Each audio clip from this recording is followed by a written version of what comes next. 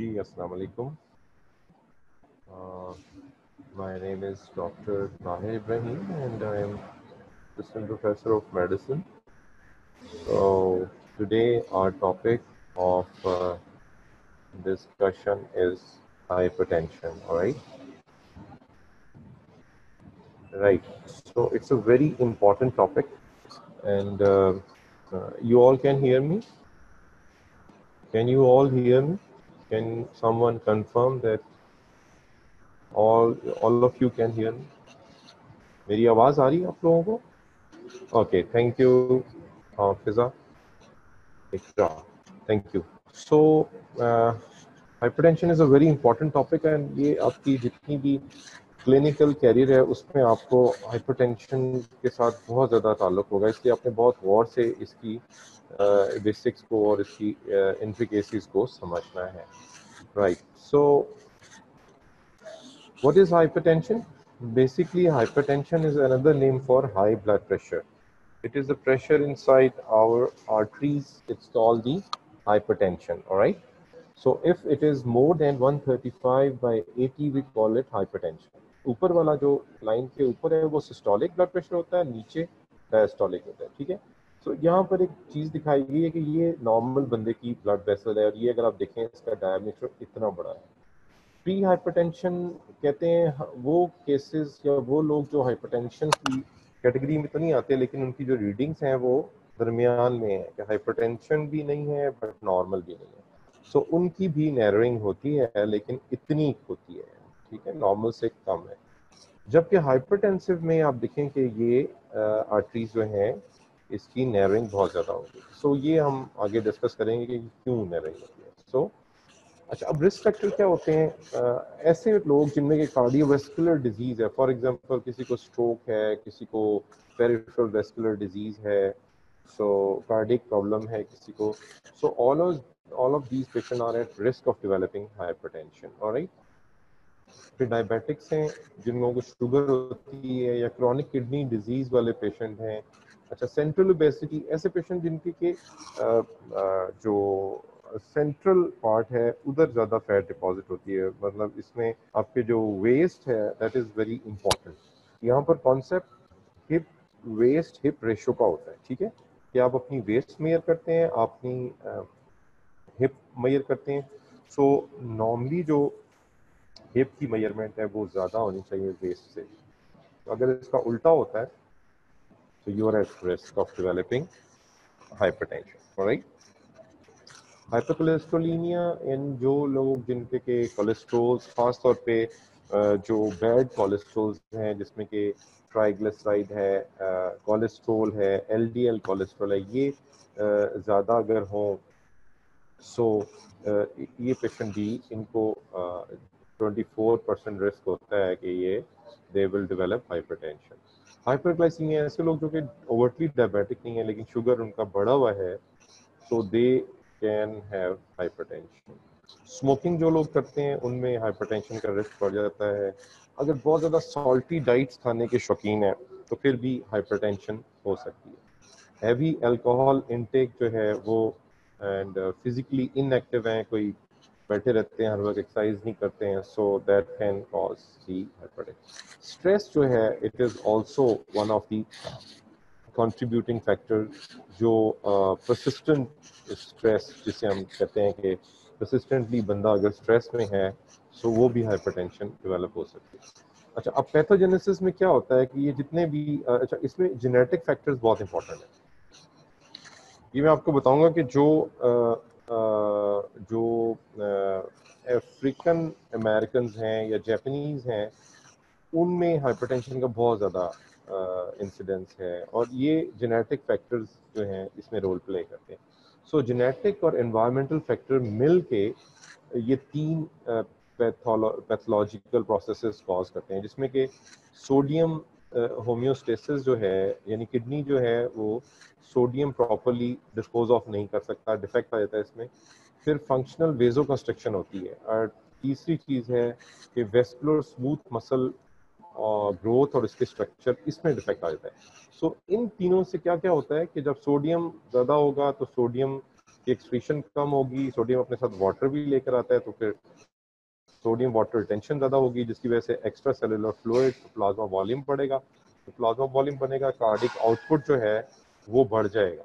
तो यहाँ पर ऑटो रेगुलेशन एक रोल प्ले करती है कि जैसे ही कार्डिक आउटपुट बढ़ता है तो वो उसको ऑटो रेगुलेशन दोबारा से नीचे लाने की कोशिश करती है, लेकिन जब वो प्रोसेस फेल हो जाता है तो फिर अल्टीमेटली हाइपरटेंशन होती है, ब्लड प्रेशर ज़्यादा हो जाता है। ठीक है, वेजोकंस्ट्रक्शन जो है वो वेस्कुलर रिएक्टिविटी उससे ज़्यादा होती है और टोटल पेरिफेरल रेजिस्टेंस बढ़ जाती है। जब आर्टरीज नैरो होंगी तो हार्ट को प्रेशर ज़्यादा फील करना करेगा to pump the blood, so that is total peripheral resistance बढ़ जाएगी, again it will cause hypertension. ठीक है, इसी तरह जब स्मूथ मसल की ग्रोथ और इसका स्ट्रक्चर चेंज होगा तो वेस्कुलर वॉल की जो थिकनेस है वो बढ़ जाएगी। जो मैंने आपको शुरू में डायग्राम दिखाई थी कि उसकी जो थिकनेस बढ़ेगी तो वो उसका ल्यूमन नैरो हो जाएगा।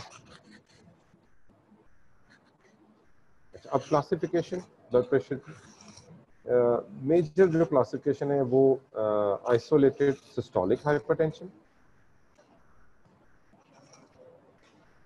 इसमें ये होता है कि ये मेनली जो क्लासिफिकेशन है वो एक तो हाइपरटेंशन जिससे हम कहते हैं that is basically diastolic hypertension mainly ज़्यादातर जो होती है, लेकिन कुछ लोग ऐसे हैं जिनमें खासतौर पे जिनकी एज 50 से ज़्यादा होती है उनमें उनका सिस्टोलिक ब्लड प्रेशर 140 से ज़्यादा होता है, लेकिन डायस्टोलिक जो है वो 90 से कम होता है। This is called isolated systolic hypertension. और ये वो लोग हैं जिनमें के रिस्क ज़्यादा होता है और इनकी प्रोग्नोसिस भी पुअर होती है। ठीक है, सो इसीलिए ये एक isolated systolic hypertension is a very important category.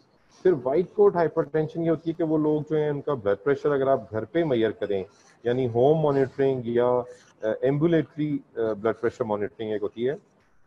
Ambulatory blood pressure monitoring में हम यहाँ पर जो बाजू है इसके साथ हम एक गैजेट लगा देते हैं जो कि आपका ब्लड प्रेशर आधे आधे घंटे बाद या घंटे घंटे बाद मेजर करता है, और फिर वो एक उसके साथ एक जो है वो डिवाइस होती है जो एक 24 आवर का एवरेज ब्लड प्रेशर निकालता है, that is called ambulatory blood pressure. So वो जो है इन लोगों में वो नॉर्मल होता है। ठीक है ना, लेकिन जब भी वो क्लिनिक में आते हैं डॉक्टर को देखते हैं, व्हाइट कोट डॉक्टर का होता है, तो इसलिए उनका ब्लड प्रेशर बढ़ जाता है। This is called isolated office या व्हाइट कोट हाइपरटेंशन। अब इसके जो है ये अभी तक डिबेटेबल है कि ये एक इनोसेंट फिनोमेना है या इसका रिस्क होता है, लेकिन ये जरूर है कि इसका रिस्क नॉर्मल बंदों से ज्यादा होता है। मास्क हाइपरटेंशन ये उल्टी है, this is reverse of white coat, यानी कि नॉर्मल क्लिनिक ब्लड प्रेशर जब चेक होता है नॉर्मल होता है, लेकिन अगर उनका 24 आवर ब्लड प्रेशर मॉनिटरिंग करेंगे या ब्लड प्रेशर होम मॉनिटरिंग करेंगे तो वो 35/80 से ज़्यादा होता है। ठीक है ना, और दिस इज कॉल्ड मास्क, छुपा हुआ ब्लड प्रेशर, और इसकी जो प्रोग्नोसिस है वो वाइट कोट से ज़्यादा होती है। Basically this is the British national blood pressure जो हाइपरटेंशन सोसाइटी जो है उसकी ये क्लासिफिकेशन है। ये अगर आप देखें सो इसमें ऑप्टिमल ब्लड प्रेशर 120/80 से कम होगा, नॉर्मल 130 और 85 से कम होगा, सिस्टोलिक 130 और डायस्टोलिक 80। हाई ब्लड प्रेशर कहते हैं अगर सिस्टोलिक 130 to 39 है या डायस्टोलिक 85 से 89 है, this is called the high normal blood pressure. तो ब्लड प्रेशर या हाइपरटेंशन इसकी तीन कैटेगरी, ग्रेड 1, 2 और 3। ग्रेड 1 इज माइल्ड, इसमें सिस्टोलिक 140 से 159 तक होता है, जबकि डायस्टोलिक 90 to 99 होता है। ठीक, कोई भी इन दोनों में से एक भी कैटेगरी फुलफिल हो रही हो तो ये ग्रेड 1 में आ जाएगा। ग्रेड 2 में सिस्टोलिक 60 to 179 और डायस्टोलिक 100 to 109, जबकि स्वीयर हाइपरटेंशन अगर सिस्टोलिक मोर देन 180 है या डायस्टोलिक मोर देन 110 है, इन दोनों में से कोई भी कैटेगरी अगर पूरी हो रही है तो दैट वुड बी ग्रेड 3 या स्वीयर हाइपरटेंशन। इसी तरह जो सिस्टोलिक हाइपरटेंशन है उसके दो ग्रेड्स हैं, उसमें एक जो है वो 140 to 159 है, ग्रेड 1 आइसोलेटेड सिस्टोलिक हाइपरटेंशन, और ग्रेड 2 में जो ब्लड प्रेशर है that is 160 more than 160 systolic. इसमें देखें तो डायस्टोलिक हमेशा 190 से नीचे होगा, सही है। सो पल्स प्रेशर बड़ा वाइड होता है इसमें। सो ये बेसिकली क्लासिफिकेशन है ब्रिटिश हाइपरटेंशन सोसाइटी। अच्छा, अब आपने जब पेशेंट अपने पास आ गया है तो आपने उसकी असेसमेंट कैसे करनी है? जो मेन एम है हमारे पास वो ये है कि सबसे पहले तो हमने ये देखना है कि ब्लड प्रेशर जो है उसकी सेकेंडरी कॉजेज तो नहीं है, वो मैं आगे बताऊंगा आपको। सो सेकेंडरी कॉजेज ऐसी होती हैं जो कि ब्लड प्रेशर किसी और वजह से होता है, और अगर उस वजह को हम ट्रीट कर दें तो ब्लड प्रेशर भी ठीक हो जाता है। So that is to rule out the secondary causes या ट्रीटेबल कॉजेज, ठीक है। दूसरा हमारा ऑब्जेक्टिव ये होता है कि हमने टारगेट ऑर्गन डैमेज या टारगेट ऑर्गन कॉम्प्लिकेशन टीओडीज या टीओसीज को हमने जो है वो देखना है कि वो है या नहीं है, ठीक है। और तीसरा एम हमारा असेसमेंट का ये होता है कि पर्सन की लाइफस्टाइल को असेस करें और देखें कि उसके अंदर कोई और को एग्जिस्टिंग रिस्क फैक्टर जो हमने पहले लेबल किए थे सेकंड स्लाइड में, उनमें से कोई है या नहीं है। इसका क्या फ़ायदा होता है? ये चीज़ जो है ये प्रोग्नोसिस और ट्रीटमेंट में बड़ा हेल्प करती है। हिस्ट्री में आपने देखना है कि कितना ब्लड प्रेशर है और कितने अरसे से है, कैसे पता चला? एसिम्प्टोमेटिक था, रूटीन में उसने चेक करवाया पता चला, या उसको कोई सिम्टम्स हुए, ठीक है। सेकेंडरी हाइपरटेंशन की जो सिम्टम्स हैं वो आपने देखना है कि हैं या नहीं है। टारगेट ऑर्गन डैमेज जिसमें कि रीनल फेलियर, हार्ट फेलियर है, उसके कोई सिम्टम्स हैं या नहीं है। फिर इसी तरह कार्डियोवैस्कुलर डिजीज में कॉर्नरी हार्ट डिजीज और सेरेब्रोवैस्कुलर डिजीज, इसके सिम्टम्स हैं या नहीं है। फिर इसी तरह concomitant disease that will affect the prognosis of treatment. So ऐसी कुछ डिजीज हैं जो कि ब्लड प्रेशर के साथ अगर हों तो उन लोगों की प्रोग्नोसिस बुरी होती है एज कम्पेयर टू कि जिनको सिर्फ ब्लड प्रेशर है और ये वाली डिजीज साथ में नहीं है। उनमें कौन कौन सी है? डायबिटीज है, हार्ट फेलियर है, रीनल डिजीज और gout.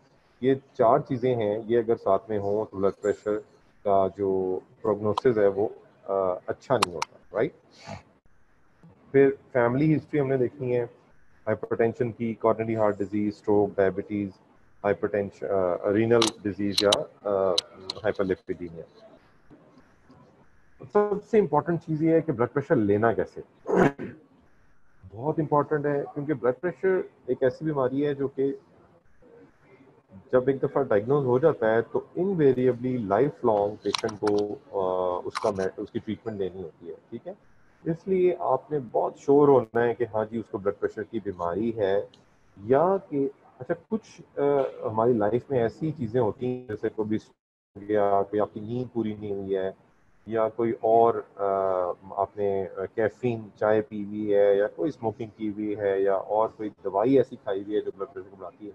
So all these are not hypertension, ठीक है। यानी वक्ती तौर पे ब्लड प्रेशर बढ़ाती है लेकिन ब्लड प्रेशर की बीमारी नहीं है वो।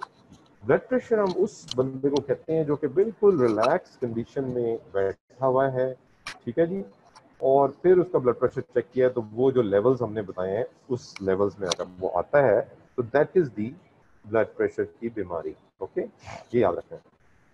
इंपॉर्टेंट चीज ये है कि आपने उसका जो मिड आर्म सर्कमफ्रेंस है, यानी ये आपकी एल्बो और शोल्डर, इसके दरमियान में आपने मेजरिंग टेप से मेजरमेंट लेनी है। और वो जो रीडिंग है आप जो ये जो कफ यूज करते हैं जिसे कहते हैं स्फिग्मोमैनोमीटर, ये पूरा स्फिग्मोमैनोमीटर कहलाता है। तो इसका ये वाला जो कफ होता है उसकी जो वैल्यू है वो इस जो मेजरमेंट है इससे ज़्यादा होनी चाहिए, यानी कि आपके जो बाजू से ज़्यादा मोटाई या उसकी चौड़ाई वो होनी चाहिए, ठीक है ना। ये बहुत खास तौर पे जो बहुत मोटे लोग होते हैं उनका अगर आप नॉर्मल वाले बीपी प्रेशर से ब्लड प्रेशर चेक करें तो उनको अगर ब्लड प्रेशर की बीमारी नहीं भी है तो आप उनको मिस डायग्नोज कर देंगे, ठीक है। इसलिए choose the correct size of the cuff, ठीक है, और वो ऐसे मेजर करने के उस बंदे के आप बाजू की मोटाई नापें और फिर कफ उसके मुताबिक लें। अच्छा, स्टेप 1 में क्या है कि 5 मिनट पहले उसने आराम से कुर्सी पे टेक लगा के with the feet flat with the ground and back resting to the to the chair. He should be sitting, right? Feet flat and back straight. फिर उसका जो हाथ है, तीसरी शर्त क्या है कि उसका जो आर्म है it should be at the level of the chest और द हार्ट. ये देखें, ये है. अब कुछ लोग कैसे करते हैं कि वो ब्लड प्रेशर का की मेजरमेंट ऐसे हाथ ऊपर उठा के कर लेते हैं. ये अब हार्ट के लेवल से ऊपर आ गया है, ठीक है ना. कुछ लोग जो है वो बिल्कुल नीचे लटका के कर लेते हैं. तो दोनों रॉन्ग है. आपके हार्ट के लेवल पे होना चाहिए या चेस्ट के लेवल पे होना चाहिए आपका आर्म जो है. तीसरा ये कि सपोर्ट होना चाहिए नीचे से. ये देखें, इसने नीचे इसके ये कोई चीज़ रखी हुई है, या इवन आप अपने हाथ से भी ऐसे करके सपोर्ट कर सकते हैं पेशेंट के आर्म को, ठीक है. तीसरी चौथी चीज़ ये है कि पेशेंट का ब्लड प्रेशर जब चेक कर रहा हो तो उसने बात नहीं करनी है और हिलना जुलना नहीं है, ठीक है. Stay still and do not talk as your blood pressure machine operates. ये हम जो डिजिटल वाली मशीन है उसकी बात कर रहे हैं. और ये सारी चीज़ें जब आप मर्करी ब्लड प्रेशर से ले रहे होते हैं फिर भी ये चीज़ें जो हैं ये फॉलो होनी चाहिए. Morning right after you wake up और in the evening before you go to bed. ये दो बेस्ट टाइम है आपके ब्लड प्रेशर चेक करने के लिए. इसमें इंपॉर्टेंट चीज़ है कि when you get up in the morning you should evacuate your bowel and bladder, ठीक है. क्योंकि बाउल और ब्लैडर अगर फुल होगा तो पेशेंट जो है उसका ब्लड प्रेशर एरोनियसली हाई आ सकता है, ठीक है जी. और try to measure the blood pressure at the same time every day, ठीक है. क्योंकि 24 आवर में बहुत ज़्यादा फ्लक्चुएशन होती है ब्लड प्रेशर की. अब आपने इनिशियल चेकअप किया ब्लड प्रेशर का और ब्लड प्रेशर की ये मेजरमेंट्स आई हैं, तो आपने फिर क्या करना है. किसी का ब्लड प्रेशर सिस्टोलिक 130 और डायस्टोलिक 85 से नीचे आ गया, don't do anything, recheck in morning, ठीक. आफ्टर द एज ऑफ 40 जो है आपको अपना वंस अ ईयर जरूर ब्लड प्रेशर चेक करवाना चाहिए. फिर अगर इसका सिस्टोलिक ये वाली आगे 130, 139 और 185 टू 90 जिसको कि हम प्री हाइपरटेंशन है, तो फिर उसको 3 to 6 मंथ में दोबारा चेक करें. अगर उतना ही रहता है तो फिर अगेन चेक करते रहें. अगर ज़्यादा हो गया 148, 40 नहीं है 140 है, 140 टू 159 सिस्टोलिक, 90 टू 99 डायस्टोलिक. अगर इतना आ रहा है फिर आपने 2 मंथ के बाद दोबारा चेक करना है, ठीक है. और अगर उसका ब्लड प्रेशर 160, 179 सिस्टोलिक या 100 टू 109 डायस्टोलिक आ गया है तो फिर आप विद इन 1 मंथ उसको एवेलुएट करें. तो ये रीडिंग्स हैं जिसपे कि आपने मरीज को छोड़ना नहीं है और उसको आपने एवेलुएट करके, और अगर कंफर्म हो जाता है ये परसिस्टेंटली इतना ही रहता है, फिर आपने उसको ट्रीट करना है, ठीक है जी. और 180 टू 209 या 110 टू 119, सो अर्जेंटली आपने एवेलुएट करना है और उसको ट्रीट करना है विद इन 1 वीक. अगर किसी का ब्लड प्रेशर आपने फर्स्ट टाइम ही चेक किया है 210 सिस्टोलिक या 120 डायस्टोलिक है, फिर आपने मजीद कुछ भी इंतज़ार नहीं करना और आपने इमीडिएटली उसकी ड्रग ट्रीटमेंट शुरू करनी है. मैं आगे आपको बताऊंगा. सो this is taken from JNC 7, right. ये जॉइंट नेशनल कमेटी है, उसकी 7th रिपोर्ट है, उसकी ये रिकमेंडेशंस हैं क्या आपने क्या करना है फर्स्ट विजिट के साथ. अब अपने पेशेंट का जनरल फिजिकल एग्जामिनेशन में क्या क्या चीज़ें देखनी है. फिजिकल एग्जामिनेशन में जीपी जो है उसमें आपने उसकी हाइट, वेट और उसका वेस्ट सरकमफ्रेंस, ये 3 चीज़ें, और BMI यहाँ पर एक इम्पॉर्टेंट चीज़ है जो नहीं इन्होंने बताई हुई. तो ये सारी चीज़ें बहुत ज़रूरी हैं लेने के लिए, right. 2 readings 1 to 2 minutes apart with the patient supine, लेटा हुआ हो या बैठा हुआ हो जैसे मैंने बताया, और या फिर ये सिटिंग में भी लेना है आपने और स्टैंडिंग में भी लेना है. स्टैंडिंग में क्यों लेना होता है ब्लड प्रेशर? कुछ लोग ऐसे हैं जिनमें के वो जब खड़े होते हैं या जब वो व्हेन दे आर इरेक्ट, जब वो सीधे खड़े हुए होते हैं तो उनका जो ब्लड प्रेशर है वो नीचे चला जाता है. उसको हम कहते हैं पोस्टरल हाइपरटेंशन, ठीक है. और ये पोस्टरल हाइपरटेंशन जो है दिस इज अ फिनोमेना जो कि कुछ लोगों में, खासतौर पर डायबिटिक्स, एल्डरली या ऐसे लोग जिनको कि हम ब्लड प्रेशर का ट्रीटमेंट दे रहे हैं उनमें भी ये हो सकता है, सही. तो ये आपने इम्पॉर्टेंट चीज़ है जिसके देखना है जिसको. फिर आपने दोनों हाथों में ब्लड प्रेशर अलग अलग चेक करना है, ठीक है. और आखिर में आपने फंडोस्कोपी जरूर करनी है मरीज की, यानी उसका फंडस देखना है, उसकी eyes with the help of ophthalmoscope आपने देखनी है। अब फंडस में जो आप देखते हैं तो ये पांच स्टेजेस हैं, grade 0, 1, 2, 3 and 4। These are the 5 stages of hypertensive retinopathy. ठीक है। अच्छा, अब ये जो छोटी छोटी सी आर्टरीज हैं इनको हम देख सकते हैं विद द हेल्प ऑफ ऑफ्थेल्मोस्कोप। तो एक्चुअली ये हमें पूरे जिस्म की जो इतनी साइज की आर्टरीज हैं उनका हाल बता देती हैं। फॉर एग्जांपल अगर ये नॉर्मल है, बिल्कुल फंडोस्कोपी पे कोई चेंज नहीं है, तो फिर लेस लाइकली है कि पेशेंट की जो कॉर्नरी आर्टरीज हैं या फिर रीनल आर्टरी है या जो दूसरी आर्टरीज हैं छोटी छोटी, उनमें कोई प्रॉब्लम हो। ठीक है ना। सो इसलिए ये जो these are the indicators for the state of blood pressure, blood vessels, rest of the body. अच्छा, अब ग्रेड 0 में क्या है कि कोई भी चेंज नहीं है, बिल्कुल नॉर्मल है। ग्रेड 1 जो है, दिस इज द ग्रेड 1। ये ए जो है इसमें आप देखें कि देयर इज आर्टीरियोलर नैरोइंग।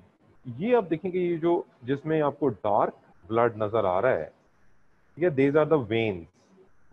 और जिसमें के ब्राइट रेड ब्लड नजर आ रहा है, दीज आर दी आर्टीरियोल्स। ठीक है। सो यहाँ पर आप देखेंगे जो वेन का जो डायमीटर है वो ज्यादा है, आर्टीरियोल्स जो है वो नैरो है। दैट इज, इसका मतलब है कि आर्टीरियोलर नैरोइंग आपको नजर आती है। ये आप देखें यहाँ पर है, ये ग्रेड 1, ये आर्टरी है और ये इसका आर्टीरियोल है। ठीक है। तो ये इसकी नैरोइंग हो जाती है। ठीक है।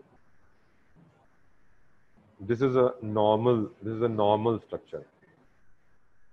सिर्फ यहाँ पर ये आपको आर्टीरियोल जो है इसकी नैरोइंग नजर आ रही है। अब ग्रेड 2 में क्या होता है कि देयर इज जर्नलाइज नैरोइंग।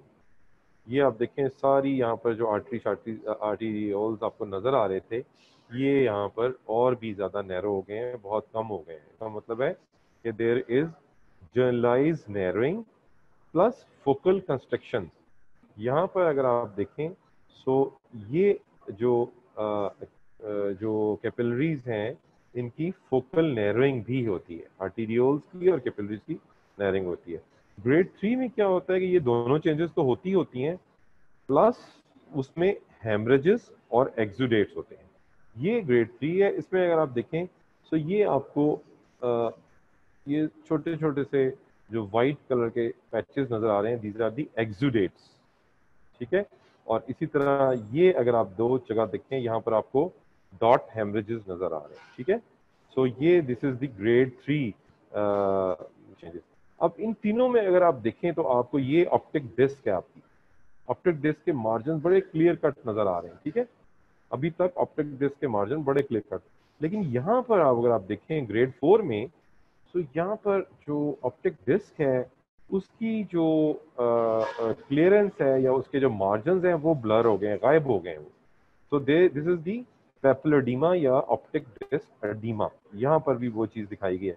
यहाँ पर ग्रेड 3 में देखें ये आपके हेमरेजेस हैं और ये एक्सुडेट्स हैं। ठीक है ना। ये ग्रेड 4 में आप देखें कि ये सारी चीजें मौजूद हैं जो पहले वाली में है, और प्लस उसमें क्या है कि दिस इज दी एडीमा। यहाँ पर अगर आप देखें तो ये पेपिलोडीमा है, ये हेमरेजेस हैं, ये एक्सुडेट्स हैं जो कि सॉफ्ट से हार्ड हो गए हैं। ठीक है। So this is how these are the hypertensive retinopathy changes. ठीक है। यहाँ पर जरा इसको क्लियर मैंने आपको करके दिखाया हुआ है। ये आर्टीरियोलर नैरोइंग बताइए कि ये आर्टरी है, आर्टीरियोल है, ये वीनल वेन्यूल है। सो वेन्यूल ज्यादा मोटा है as compare to artery, this is narrowing. इसी तरह एवी निपिंग कहते हैं, जहां पर से आर्टरी जो है वो वेन के ऊपर से गुजरती है, वहां पर उसके अंदर कंस्ट्रक्शन होती है। This is called the AV nipping. It is also the feature of grade 1 retinopathy. इसी तरह ये ब्लॉट हेमरेजेस, ये देखें आप, ये हेमरेज है, ये कॉटन वूल स्पॉट्स हैं। कॉटन वूल जैसे होती है ना सॉफ्ट एक्सुडेट, तो ये कॉटन वूल स्पॉट्स हैं। और this is the disc oedema जो मैंने आपको बताया था कि ये डिस्क का जो मार्जिन है।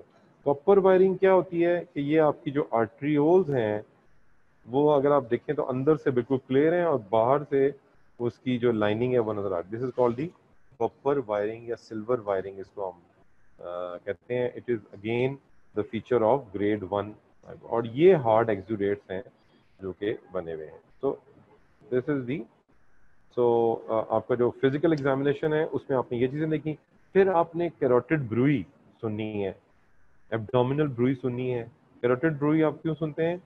ताकि आपको पता चले कि कैरोटिड आर्टरी जो है उसके अंदर कोई नैरोइंग तो नहीं है एथेरोस्क्लेरोसिस की वजह से। Abdominal bruit renal artery stenosis is one of the secondary causes of hypertension और उसमें फिर क्या होता है कि you will have the renal bruit, ठीक है। और इसी तरह पेरिफेरल पल्सेस आपने उसकी देखनी है और रेडियो फेमोरल डिले देखना है, ठीक है। Radio femoral delay for coarctation of aorta. आप रेडियल पल्स पे आ सकते हैं और फेमोरल पे आ सकते हैं, दोनों एट द सेम टाइम आनी चाहिए। लेकिन रेडियो फेमोरल डिले में जो रेडियस है वो पहले आती है और फेमोरल जो है वो बाद में आती है। इस तरह कार्डिक एग्जामिनेशन आपने देखना है कि कोई लेफ्ट वेंट्रिकुलर हाइपरट्रॉफी तो नहीं हुई हुई है या कार्डिक फेलियर की कोई साइन तो नहीं है। एब्डोमिनल एग्जामिनेशन में रीनल मास आपको देखना है क्योंकि बायलैटरल जो पॉलीसिस्टिक किडनी डिजीज है वो रीनल मास में के साथ प्रेजेंट कर सकती है और इन पेशेंट में हाइपरटेंशन होती है। इस तरह रीनल ब्रूई आपने सुन ली। एओर्टिक एन्यूरिज्म जो है जब आप पैल्पेट करते हैं एब्डोमेन को तो आपको एओर्टिक एन्यूरिज्म जो है वो फील हो सकता है। इसी तरह एब्डोमिनल ओबेसिटी आप देख सकते हैं। न्यूरोलॉजिकल एग्जामिनेशन में आपने देखना है कि उसको कोई स्ट्रोक हुआ तो नहीं हुआ, ठीक है। इसी तरह एंडोक्राइन ग्लैंड्स में कुशिंग्स के फीचर्स आपने देखने हैं, acromegaly, thyroid disease, these are all the causes of secondary hypertension. Ankle brachial index या एबीआई जो होता है वो ये होता है कि आप एंकल पे जो आर्टरी जो होती है ब्रेकियल आर्टरी, एंकल और ब्रेकियल आर्टरी, ब्रेकियल आर्टरी आपकी आर्म में होती है यहाँ पर और एंकल पे आपकी जो डॉर्सैलस पीडस और जो होती है इसके साथ एक और होती है, I just forgot the name. So ये जो दो आर्टरीज हैं इनमें एट द सेम टाइम आप जो है वो प्रेशर कफ लगाते हैं, ठीक है। सो आप देखते हैं कि वो जो प्रेशर है वो कहाँ पर ज़्यादा अवेलेबल है, ठीक है ना। सो जो लोग जिनके हाइपरटेंशन होती है या पेरिफेरल वैस्कुलर डिजीज होती है उनमें एंकल पे जो प्रेशर है वो आप ज़रा सा प्रेशर लगाते हैं तो आर्टरी क्लोज हो जाती है, ठीक है ना, आपको पल्सेशन गायब हो जाती है, जबकि यहाँ पर ज़्यादा प्रेशर देना पड़ता है। So that is the ABI और ये हम प्रॉपर मेजर करते हैं। या these are the secondary causes of hypertension. Parenchymal kidney disease, renovascular जैसे रीनल आर्टरी स्टेनोसिस है, हाइपरएल्डोस्टेरोनिज्म, स्लीप एपनिया, जिन लोगों को सोते में इनका सांस बंद होता है, स्लीप एपनिया सिंड्रोम, वो भी हाइपरटेंशन की वजह होती है। फिर ड्रग्स जो हैं उसमें ओरल कॉन्ट्रासेप्टिव, स्टीरॉइड, एनएसएड्स और बोथ यानी कॉक्स-2 इनहिबिटर्स जो है ना वो भी हाइपरटेंशन कॉज करते हैं। इस तरह एरिथ्रोपोइटिन, हम कुछ पेशेंट्स ऐसे हैं जिनमें के हम उनका एरिथ्रोपोइटिन डेफिशिएंसी होती है, उनको एरिथ्रोपोइटिन देते हैं, वो भी हाइपरटेंशन कॉज कर सकता है। इसी तरह कुशिंग, थियोक्रोमोसाइटोमा, एक्रोमेगली, हाइपर या hypothyroidism, parathyroidism, hypoparathyroidism, coarctation of aorta, Takayasu arthritis, so these are all the secondary causes of hypertension. Target organ damage या टीओडी या इसको टीओसीज भी कहते हैं, टारगेट ऑर्गन कॉम्प्लिकेशन, ये क्या होता है? ये heart, brain, peripheral vessel, kidney, retina, ये 4-5 जो हैं ऑर्गन, यहाँ पर सबसे ज़्यादा ब्लड प्रेशर अफेक्ट करता है। हार्ट में लेफ्ट वेंट्रिकुलर हाइपरट्रॉफी कर सकता है, coronary artery disease, heart failure cause कर सकता है। ब्रेन में ट्रांजिएंट इस्केमिक अटैक होता है, यानी कि एकदम से स्ट्रोक हुआ, उसको हाथ उसका काम करना बंद कर गया लेकिन विद इन 24 आवर रिकवर कर गया, that is the transient ischaemic attack. या फिर परमानेंटली हार्ट डैमेज हो गया या फॉलेज हो गया, उसको स्ट्रोक कहते हैं। पेरिफेरल वेस्कुलेचर में क्या होता है? एब्सेंस ऑफ वन और मोर मेजर पल्सेस इन दी एक्सट्रीमिटीज एक्सेप्ट डॉर्सैलस पीडस। डॉर्सैलस पीडस को हम बहुत ज़्यादा लिफ्ट नहीं कराते हैं इस मामले में क्योंकि वैसे वो छोटी सी होती है, लेकिन इन इसके अलावा अगर कोई और पेरिफेरल वेसल्स जो हैं उसकी पल्स गायब है तो वो फिर पेरिफेरल वेस्कुलर डिजीज में आती है। सो ये एसिम्प्टोमेटिक भी हो सकती है और इसके साथ इंटरमिटेंट क्लॉडिकेशन। इंटरमिटेंट क्लॉडिकेशन क्या होती है कि आप बंदा जब नॉर्मल बैठा होता है तो ठीक होता है, लेकिन जैसे ही वो चलना शुरू करता है तो उसके जो लोअर वेसल्स हैं वो उनको डायलेट होना होता है ताकि ज़्यादा ऑक्सीजन मिले, लेकिन वो डायलेट नहीं हो सकती है क्योंकि नैरोइंग होती है। तो उसको अपनी पिंडलियों में या अपनी ये जो गैस्ट्रोक्नीमियस वाली जगह है यहाँ पर दर्द शुरू हो जाता है, pain like this is called intermittent claudication. जब वो रेस्ट करता है, बैठता है तो ठीक हो जाता है। किडनी में या वो जीएफआर उसका लो हो सकता है, क्रॉनिक किडनी डिजीज डेवलप कर सकती है। सिंपल प्रोटीन यूरिया कॉज कर सकती है हाइपरटेंशन। माइक्रो एल्ब्यूमिन यूरिया भी हो सकता है। इसमें 2 out of 3 positive test over a period of 4 to 6 month. अगर सिंगल एक टेस्ट आ गया है माइक्रो एल्ब्यूमिन यूरिया तो वो इतना मतलब इंडिकेटिव नहीं है, ठीक है ना। जबकि आपको 2 से 3 टेस्ट करने होते हैं और उनमें से 2 पॉजिटिव आए हों और 4 to 6 मंथ के जो ड्यूरेशन है उस पर अगर वाइल फिर किडनी रेटिना में मैंने बताया रेटिनल हेमरेजेस, एक्सुडेट और पेपुलर एडीमा। सो उसकी वजह से बंदे की जो विजन है वो लॉस हो जाती है। So these are the target organ, these are the target organ complications या टारगेट ऑर्गन डैमेज। अब आपने इन्वेस्टिगेट क्या करना है? सबसे ज़रूरी चीज़ है कि आपने सेकेंडरी कॉजेज़ के लिए देखना है, उसके लिए इन्वेस्टिगेशन ऑर्डर करनी है। और दूसरी चीज़ ये है कि आपने अपनी जो कार्डियोवास्कुलर रिस्क हैं, टारगेट ऑर्गन डैमेज हैं, उनको देखने के लिए आपने इन्वेस्टिगेशन ऑर्डर करनी है। यूरिन का आपने प्रोटीन यूरिया देखना है, माइक्रोस्कोपिक हेमोचूरिया देखना है। इस तरह क्रेटिनिन, जीएफआर और इलेक्ट्रोलाइट्स ये बहुत ज़रूरी हैं। ब्लड ग्लूकोज, लिपिड प्रोफाइल जिसमें कि आपने कोलेस्ट्रोल, एचडीएल, एलडीएल ये सब करने हैं। ईसीजी आपने करनी है, ठीक है ना। ये इन्वेस्टिगेशन है। अब मैनेजमेंट कैसे करनी है इसकी ना। मैनेजमेंट में नॉन फार्माकोलॉजिकल है, फार्माकोलॉजिकल है, और फिर हम आखिर में जो ड्रग्स हैं उनकी बात करेंगे कि वो जो ड्रग्स हैं वो कौन कौन सी हैं, ठीक है। नॉन फार्माकोलॉजिकल में आपने देखना है कि जो पेशेंट का जो वेट रिडक्शन उसको एडवाइस करनी है ताकि वो अपना एब्डोमिनल जो ओबेसिटी है उस पर वो उसको कंट्रोल करे। सोडियम इनटेक उसको बताना है कि किसी भी चीज़ पे ऐड नहीं करना सॉल्ट, जितना जिस चीज़ में होता है सालन में या उसमें वो ठीक है, बहुत ज़्यादा सॉल्टी चीज़ें नहीं खानी।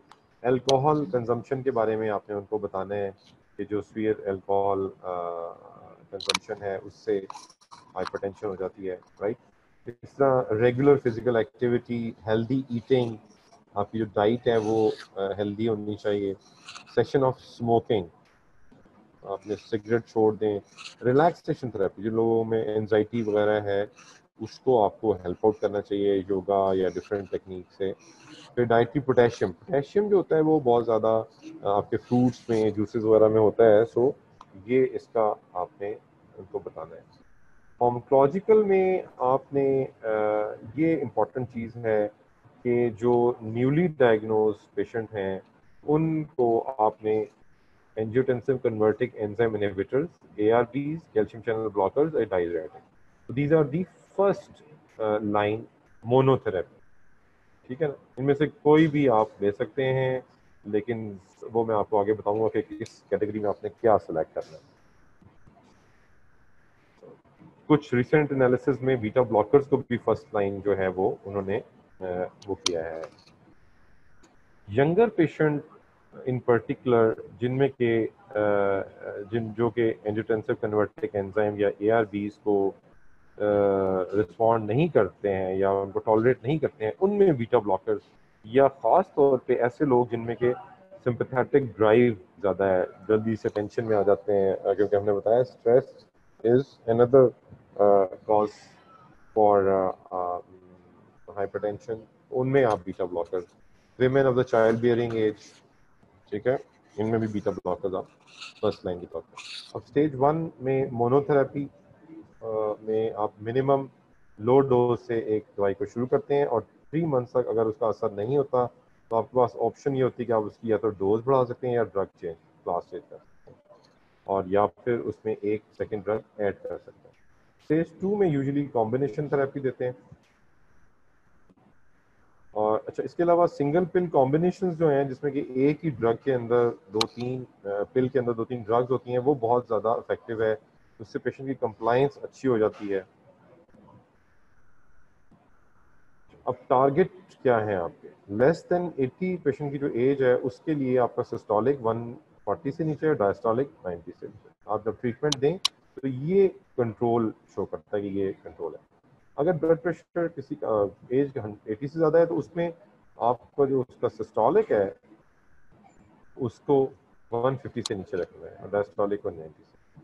कुछ बहुत हाई रिस्क केसेस हैं या ऐसे लोग जिनमें के स्पेशल जैसे क्रॉनिक किडनी डिजीज वाले हैं या स्ट्रोक किसी को हुआ है पुराना, तो उन पेशेंट्स में आपने टारगेट जो है वो और ज़्यादा नीचे यानी 130/80 होना चाहिए, ठीक है ना, जो बहुत हाई रिस्क पेशेंट है।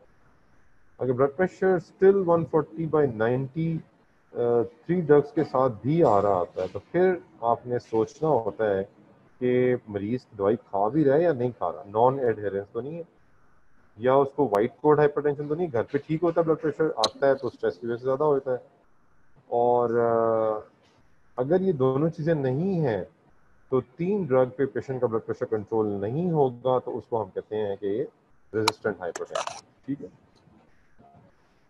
फॉलोअप विजिट में आपने क्या करना है, बंदा आपके पास आता है ट्रीटमेंट ले रहा है तो आपने उसके सारे रिस्क, सीवी रिस्क यानी उसका हाइपरलिपिडीमिया, डायबिटीज, ओबेसिटी, ये सारी चीज़ें हैं या नहीं है, तो आपने उसके जो ब्लड प्रेशर की ट्रीटमेंट शुरू करने से पहले के लेवल से वो देखने हैं, जो ड्रग वो ले रहा है वो देखने हैं, ठीक है। तो ऐसे लोग जो कि हाई रिस्क हैं या वेरी हाई रिस्क हैं, उनको उनका जो टारगेट है वो 3 से 6 महीने के अंदर आपने उनको टारगेट ब्लड प्रेशर पे लेके आना होता है। और जब एक दफ़ा ब्लड प्रेशर का टारगेट अचीव हो जाए तो फिर आप उसको 3 मंथली या 6 मंथली बुला सकते हैं, ठीक है। So usually it's a life long treatment है। और उसमें जब पेशेंट आपके पास 6 मंथ के बाद आता है तो आपने उसका ब्लड प्रेशर देखना है, फिर देखना है कि ब्लड प्रेशर जो दवाइयाँ ले रहा है उससे कोई उसके एडवर्स इफेक्ट्स तो नहीं है। फॉर एग्जांपल जो बीटा ब्लॉकर्स हैं, sometimes they cause depression, they cause reduce sexual जो जिसे कि हम इम्पोर्टेंस कहते हैं, वो भी कॉज हो सकती है बीटा ब्लॉकर से। तो ये आपने सारी चीज़ें पूछनी है, ठीक है, जो ड्रग्स के साइड इफेक्ट्स हैं उसके साथ। तो ग्लोबल उसका जो वेस्कुलर रिस्क है, सीवी रिस्क जिसे हम कहते हैं, कि सारी चीज़ें जो उसकी एज, उसका कोलेस्ट्रॉल, उसका ब्लड प्रेशर का लेवल, वो दवाइयाँ ले रहा है या नहीं ले रहा, और उसको डायबिटीज़ तो नहीं है, स्मोकिंग करता है नहीं करता, ये सारी एक आप कैलकुलेटर है, आप अगर वो इंटरनेट पे जाएंगे तो उसमें जब सारी चीज़ें आप फीड करते हैं तो आपको बताया जाता है कि आपका अगले 10 साल में कार्डियोवैस्कुलर रिस्क कितना है। तो अगर लेस देन 10% हो तो फिर एक्सेप्टेबल है, अगर लेस देन मोर देन 10% आता है तो वो फिर डेंजरस होता है, ठीक है। अब फिर आपने असेस करना है कि उसको हाइपरटेंशन की कॉम्प्लिकेशंस तो नहीं डेवलप हो रही हैं, फिर आपने उसको फंडस देखना है, उसकी ईसीजी करनी है, वो ब्ला ब्ला जो सारी चीज़ें बताएंगे। रेफर कब करना है पेशेंट कार्डियोलॉजिस्ट के पास?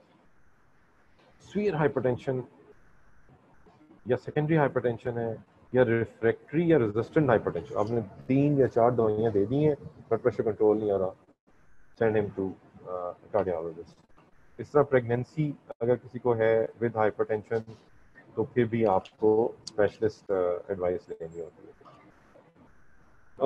वाइट कोड हाइपरटेंशन है लेकिन उसके साथ सीवी रिस्क भी हैं, और भी सीवी रिस्क हैं, अगर साथ में उसको हाइपरलिपिडीमिया, डायबिटीज़ है, वाइट कोड हाइपरटेंशन है, आप कंफ्यूज हैं कि उसको ट्रीटमेंट दें या ना दें, सो आप अपने सीनियर कोलीग के पास को रेफर कर दें। इस तरह चिल्ड्रन और एडल्ट लेस देन 30 उनको भी आपको स्पेशलाइज्ड केयर में या अपने सीनियर जो कंसल्टेंट्स हैं या कार्डियोलॉजिस्ट जो हैं उनके पास आपको भेजना चाहिए। या फिर आपने सेकेंडरी प्रिवेंशन करनी है विद मल्टीपल कोमॉर्बिडिटीज और रिस्क फैक्टर, जिसमें के रिस्क फैक्टर बहुत ज़्यादा हैं and you think that it is difficult for you to manage, then you.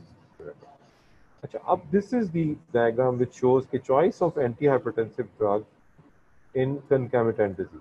यहाँ पर ये एक पेशेंट है जिसको कि डायबिटीज़ है लेकिन साथ में कोई नेफ्रोपैथी नहीं है, उसमें आप देखें कि ये जो +3 का मतलब है कि this is the first line drug, ठीक है। +2 का मतलब है कि सेकेंड लाइन ड्रग, +1 का मतलब है कि आप दे सकते हैं। नेगेटिव का उसका माइनस का मतलब है तो कि आपने यूज विद केयर। प्लस और माइनस जहाँ पर है इसका मतलब है कि आप दे सकते हैं लेकिन you have to be careful. और माइनस जहाँ पर सिर्फ लिखा हुआ है इसका मतलब है कि इट इज कॉन्ट्रा इंडिकेटेड। तो diabetics without nephropathy, first line is angiotensin converting enzyme inhibitor. This is the first line drug. Beta blockers आपको कॉशियसली यूज करना चाहिए। Peripheral alpha blocker, beta blocker cautiously use करना चाहिए।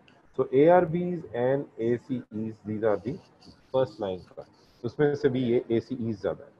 लेकिन ऐसे patient जिनमें कि नेफ्रोपैथी है उसमें आप देखें उसमें ARBs और ACEs जो हैं ये दोनों इक्वली इफेक्टिव है। कैल्शियम चैनल ब्लॉकर का भी फिर इधर रोल ज्यादा आ जाता है, ठीक है ना, कैल्शियम चैनल ब्लॉकर्स और डायूरेटिक्स।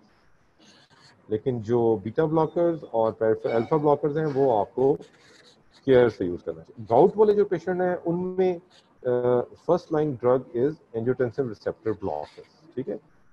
बाकी जो है they can be use. Diuretics आपको जरा केयरफुली, क्योंकि जो लूप डायूरेटिक्स हैं वो हाइपर यूरिसीमिया थायराइड सॉरी वो हाइपर यूरिसीमिया कॉज करते हैं, तो वो आपको जरा देखना चाहिए। डिसलिपिडीमियाज मैंने आपको बताया था कि बीटा ब्लॉकर्स जो हैं वो हाइपरलिपिडीमियाज कॉज करते हैं। सो डायूरेटिक्स और ये दोनों जो हैं वो केयरफुली यूज होने चाहिए, ठीक है ना। और बाकी जितने भी हैं वो सारे के सारे यूज हो सकते हैं। कॉर्नरी आर्टरी डिजीज में वो ड्रग्स आप देते हैं जो कि हार्ट पे भी इफेक्ट करती हैं, यानी कि beta blockers, calcium channel blockers. ये दो ड्रग्स जो हैं अगर आप यहाँ देखेंगे तो इनको जो है वो मेजर प्रेफरेंस दिया हुआ है।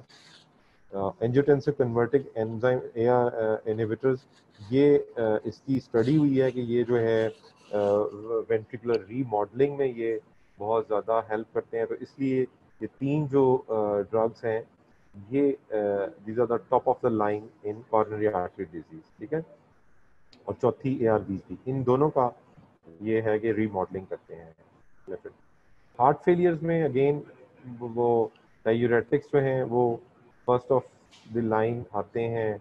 बीटा ब्लॉकर का भी रोल है, ठीक है ना, लेकिन इसमें जो है वो यहाँ पर एक बताया हुआ है कि मेटाप्रोलोल, ठीक है, बेजोप्रोलोल, कार्बिडालोल और नेबेविलोल, ये वो ड्रग्स हैं जिनकी डोज जो है वो ग्रेजुअली टाइट्रेट करना चाहिए। चार ड्रग्स यूज होती हैं कार्डिक फेलियर में, ठीक है ना।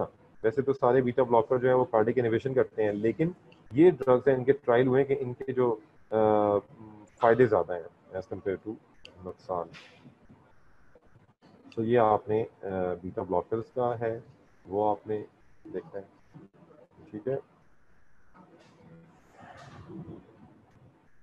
तो इस तरह जो रीनल आर्टरी स्टेनोसिस में जो है वो ये दो ड्रग्स ACEs एंड ARBs ये दोनों यूज हो सकती हैं, ठीक है।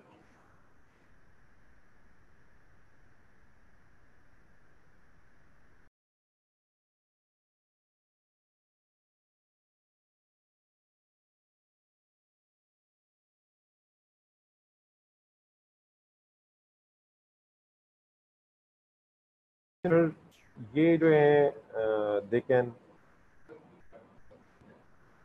Lower your risk, cardiovascular risk को रिड्यूस करते हैं, कॉरोनरी आर्टरी डिजीज को प्रिवेंट करते हैं। इसके एडवर्स इफेक्ट में कॉफ है और ये प्रेगनेंसी और ब्रेस्ट फीडिंग में कॉन्ट्राइंडिकेटेड है। और इसमें कैप्टोप्रिल, एनालोप्रिल, लिजिनोप्रिल, पेरिंड्रोप्रिल, रेमिप्रिल, अमीडाप्रिल, ये सारी ड्रग्स हैं जो इसमें आती हैं। ARBs जो हैं ये डायरेक्टली जो है ब्लॉक करते हैं रिसेप्टर्स को और एंजियोटेंसिन रिसेप्टर ब्लॉकर को, और अल्टीमेट इसका वही होता है जो ACEs का होता है। और ये फिर जो है वो जो पेशेंट जिनमें के कॉफ हो रही होती है ACEs की वजह से, उनमें ये जो है वो आप दे सकते हैं, ठीक। ये कैंडिसार्टन, एर्बिसार्टन, लोजार्टन, टेलमिसार्टन, वेलसार्टन और ऑल्मिसार्टन, ये वो ड्रग्स हैं जो कि इस कैटेगरी में आती हैं।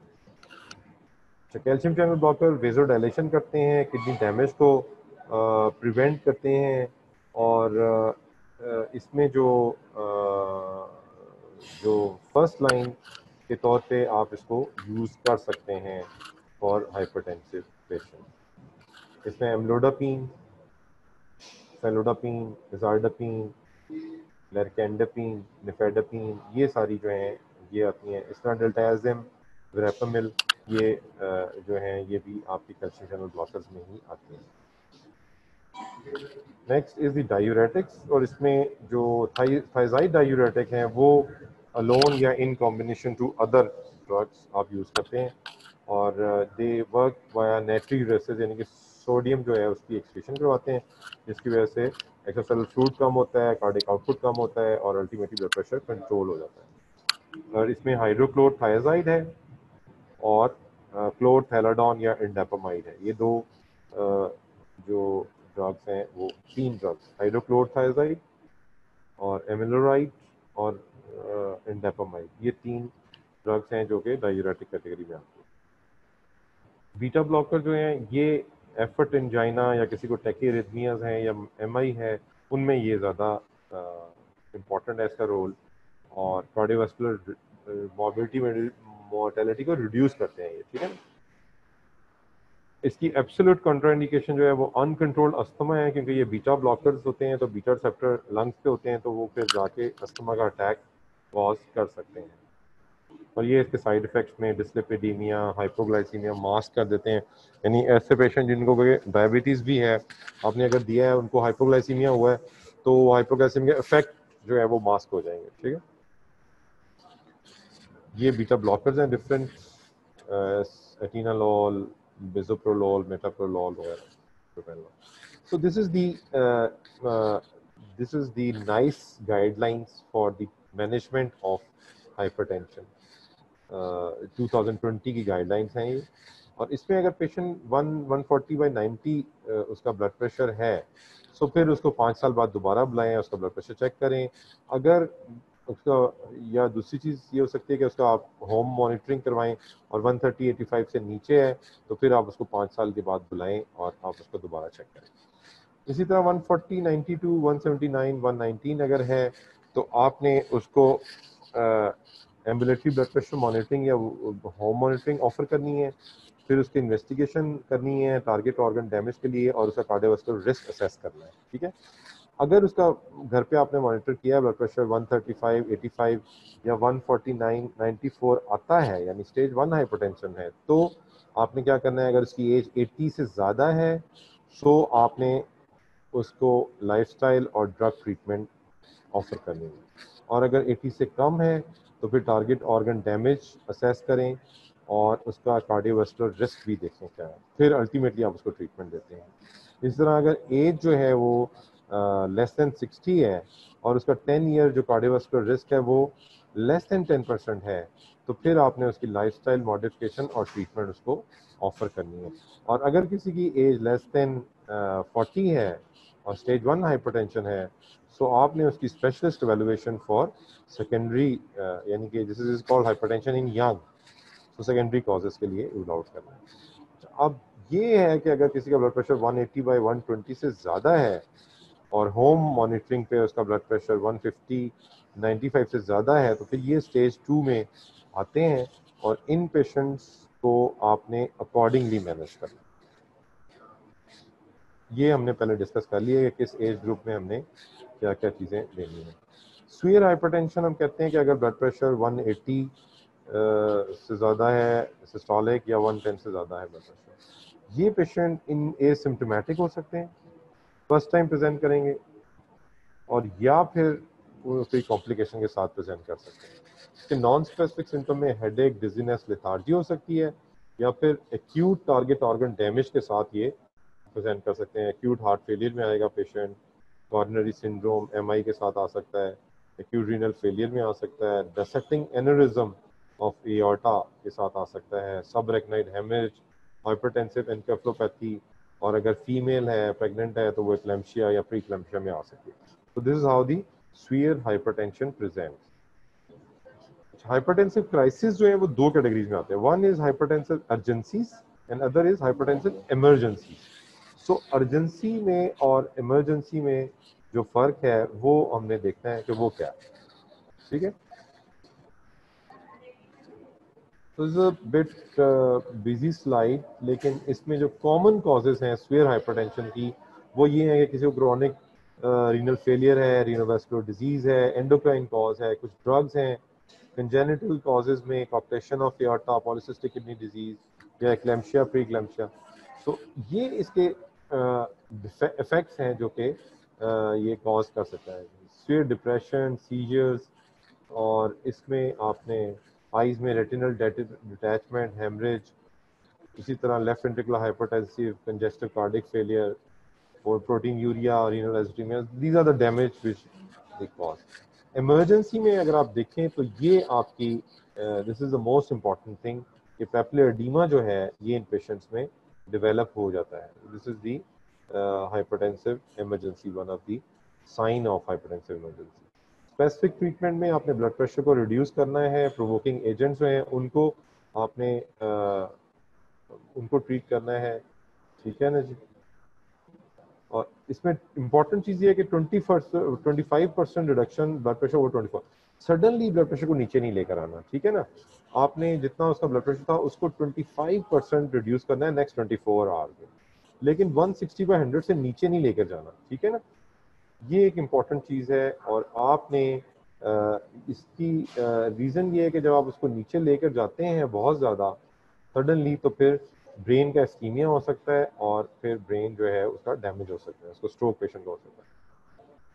ये जो है आप उसको ओरल फॉर्म में दे सकते हैं, कैप्टोप्रिल, निफेडोप्रिल, लेबिटालॉल. ठीक है ना. इसको ओरल फॉर्म में दे सकते हैं. इमरजेंसी जो है वो ये है कि पेशेंट जिनमें के 180/110 से ज़्यादा ब्लड प्रेशर हो और सडनली राइज किया है, इन पेशेंट को इमीडिएट इंटरवेंशन की ज़रूरत होती है. और इनका ब्लड प्रेशर जो है वो they should have a reduce blood pressure 10 to 25% within minutes two hours. ठीक है ना. But not lower than 160/90. ये इससे ज़्यादा नीचे नहीं करना. ठीक है ना. सो इसमें 10 to 25% within minutes to hour आपने रिड्यूस करना है, जबकि उसमें क्या था, उसमें आपने विद इन 24 आवर्स 25%. ये डिफरेंस है इमरजेंसी और अर्जेंसी की ट्रीटमेंट में. ठीक है. और पेरेंटल ड्रग्स जो हैं वो यूज़ होती हैं. और इसमें आप देखें तो ये ड्रग्स हैं जो कि लेबिटालॉल है, नाइट्रोग्लिसरीन है, आइसोसोर्बाइड डाइनाइट्रेट, हाइड्रेलाजीन, निकार्डापीन, एजमोलॉल या सोडियम नाइट्रोप्रोसाइड. तो ये ड्रग्स हैं जो कि आईवी इन्फ्यूजन में और कंट्रोल्ड इनकी जो डोजिंग है उसको आपने बड़ी टाइट्रेट करके फिर देना है, और आईवी ट्रीटमेंट से आपने उसका ब्लड प्रेशर नीचे लाना है. So rapid reduction in blood pressure जो है in hypertension urgencies should be avoided. ठीक है ना. अर्जेंसी में अवॉइड करना है, लेकिन इमरजेंसी में ये कर सकते हैं आप. अर्जेंसी में क्यों अवॉइड करना है? क्योंकि ये precipitate ischaemic events that occur in the vascular bed that have grown accustomed to the higher level of blood pressure, that is autoregulation. यानी आपने पेशेंट का जो है वो उसकी बॉडी यूज टू थी इतने हाई ब्लड प्रेशर की. ठीक है. अर्जेंसी है, इमरजेंसी नहीं है, लेकिन आपने रिड्यूस कर दिया तो उसकी ऑटो रेगुलेशन गायब हो जाएगी, उनको डैमेज हो जाएगा. तो इस फिनोमिना को कहते हैं मॉनरो कैलोरी हाइपोथेसिस. ठीक है ना. ये सेरेब्रल परफ्यूजन जो है वो जो है इट रिमेन्स कांस्टेंट. ठीक है. तो इसको अगर आपने डिस्टर्ब किया तो ये जो मॉनरो कैलोरी फिनोमिना है ये स्टार्ट हो जाता है. अच्छा, अब कुछ स्पेशल कैटेगरीज डायबिटिक्स जो हैं उनमें आपने 140/90 से नीचे रखना है ब्लड प्रेशर, और ये मैंने बता दिया. ARBs और ACs यूज़ करते हैं आप इनमें.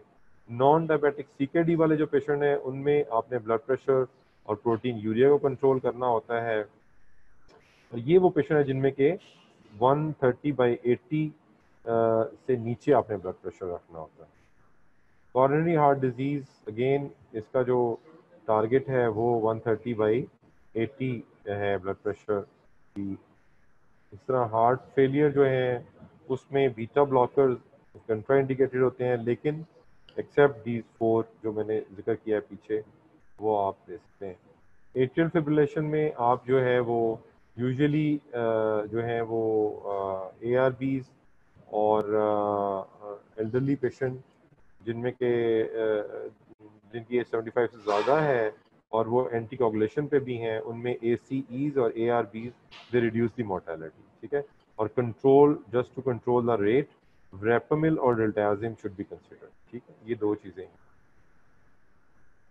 पेरिफेरल वैस्कुलर डिजीज में बीटा ब्लॉकर्स आपको अवॉइड करना चाहिए क्योंकि वो वेजोकंस्ट्रिक्शन कॉज करते हैं। लेफ्ट वेंट्रिकुलर हाइपरट्रॉफी में अगेन हमने बात की थी ACEs और ARBs, ये वेंट्रिकुलर रीमॉडलिंग करते हैं, सो ये आपको यूज़ करना चाहिए। स्ट्रोक वाले पेशेंट में इसी तरह वो पेशेंट जिनमें कि आपको स्ट्रोक हुआ है या उसमें कैल्शियम चैनल ब्लॉकर्स का अच्छा रोल है, ठीक है। So that is all regarding the hypertension. So if you have any question on hypertension या कोई चीज़ आपको समझ ना आई हो, so you can ask me any question.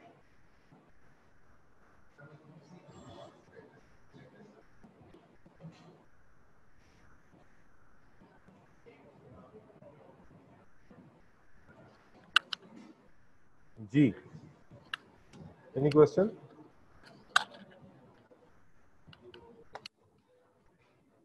No question? Okay, if you have no question, then thank you very much.